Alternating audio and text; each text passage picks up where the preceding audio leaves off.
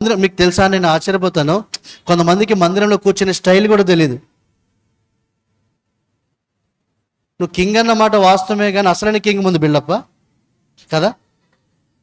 King అన్న okay, king అని నేను ఒప్పుకుంటున్నాను, కింగే, కానీ అంత కింగ్ ముందు కింగా? కూర్చునే స్టైల్ కూడా వాళ్ళకి తెలియదు. వాక్యం ప్రభు ఎదుట మనం వినయంగా ఉండాలా, కాళ్ళు దగ్గర పెట్టుకొని ఒక సిట్టింగ్ పొజిషన్ ఉండాలి మనకి. దాన్ని సున్నితమైన మనస్సు అంటాం. ఏంటి? అందుకే పరిశుద్ధాత్ముడి విషయంలో మీరు సున్నితమైన మనస్సు ఉండండి. పరిశుద్ధాత్ముడి విషయంలో, దైవం విషయంలో సున్నితమైన మనస్సును కలిగి ఉండండి. పరిశుద్ధాత్ముడు అన్ని చూస్తున్నారు. ఇలా కాదు, ఇలా కాదు. కొంతమంది చూసి నవ్వు వస్తుంది నాకు వాళ్ళని చూసి.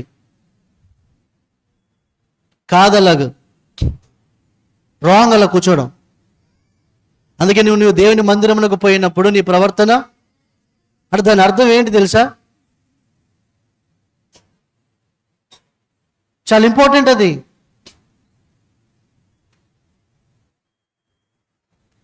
కొంతమంది తెలియదు అలాగా. మీరు సున్నితమైన మనస్తత్వం పరిశుద్ధాత్మ విషయంలో కలిగి ఉంటే మీరు మందిరమే కాదు, ప్రతి చోట సరైన విధానాన్ని మీరు కొనసాగించుకుంటూ వెళ్తారు.